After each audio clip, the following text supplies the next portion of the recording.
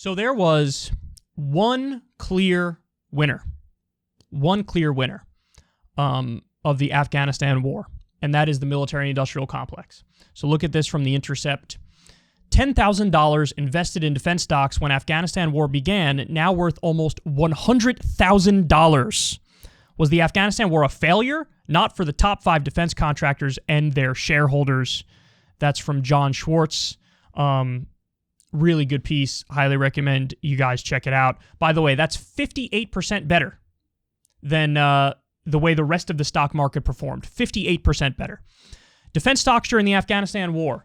Lockheed Martin, 1,236% return. Northrop Grumman, 1,196% return. Boeing, 975% return. General Dynamics, 625% return. Raytheon, 331% return.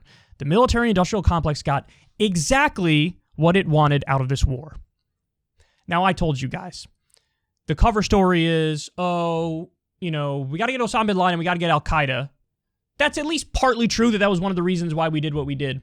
But then the other cover story was bullshit. Freedom, democracy, human rights, women's rights. We don't care about those at all. Look at our top ally, Saudi Arabia. How do they treat women? I mean, give me a break. They're not democratic. They don't have freedoms, and they don't have women's rights. So that's just a cover story. It's not true. What are the real reasons why we're there? You guys know it. You've heard me say it a million times. The imperialism chessboard is a big part of it. Got to keep China and Russia at bay as the rising powers, and so we control what we view as a vital region of the world. And of course, you have natural resources, trillions of dollars in mineral wealth and opium, and in Iraq, it's oil, and so that stuff factors in as well. But yes, the profits of the defense contractors, the military-industrial complex, guys, that absolutely factors in. And I think you're naive if you think it doesn't. So I want to go ahead and show you guys where we got the phrase military-industrial complex from, where we got that term from. It's from a Republican president, Dwight Eisenhower, who knew all of this was coming based on the incentives that he encountered firsthand. Watch. I come to you with a message of leave-taking and farewell. This speech did not get very much attention. When a new president is coming to power, as John Kennedy was, the spotlight was not on Dwight Eisenhower. We have been compelled to create a permanent armaments industry of vast proportions. There was a feeling at the time that this must have been written by some speechwriter who just sneaked into the speech. In the councils of government, we must guard against the acquisition of unwarranted influence, whether sought or unsought, by the military-industrial complex.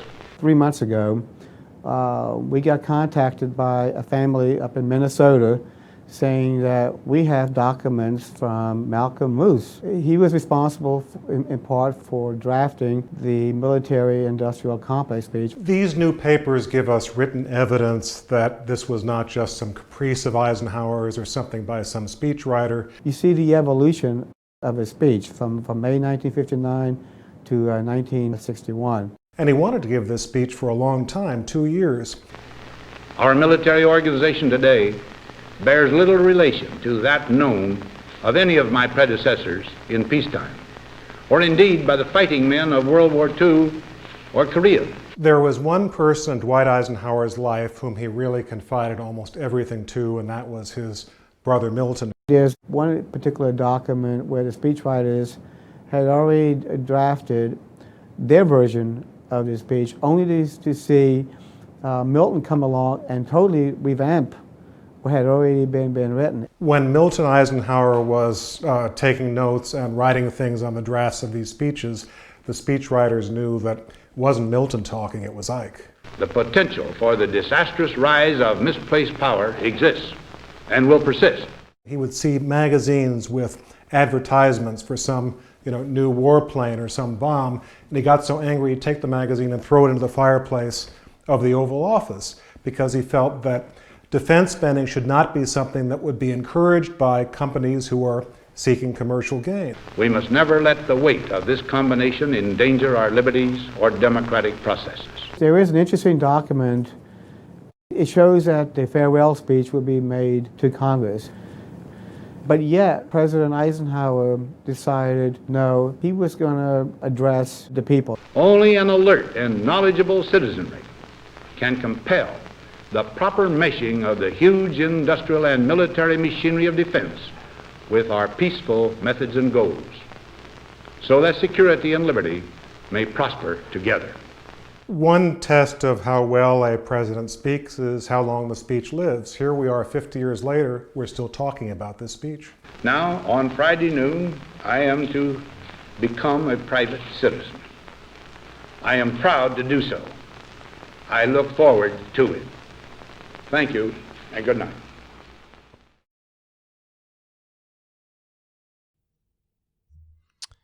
It became a business. How do so-called defense contractors make their money? How do they make their money? They make their money by selling their tanks and their weapons and their fighter jets and things of that nature. Who are they going to sell to? They're going to sell to the U.S. government first and foremost, but also our allies.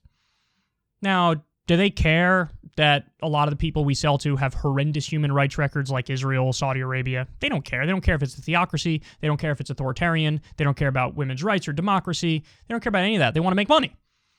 So they're going to sell the weapons to them, and they're going to sell the weapons to our government. Now, the extra cherry on top, which makes this as disastrous as he's describing, is that we've basically legalized bribery and corruption in this country. So all you need is for Raytheon and Boeing and all the other defense contractors to give money to the politicians when they run their campaigns. And then when the politicians get in power, they will give these companies contracts.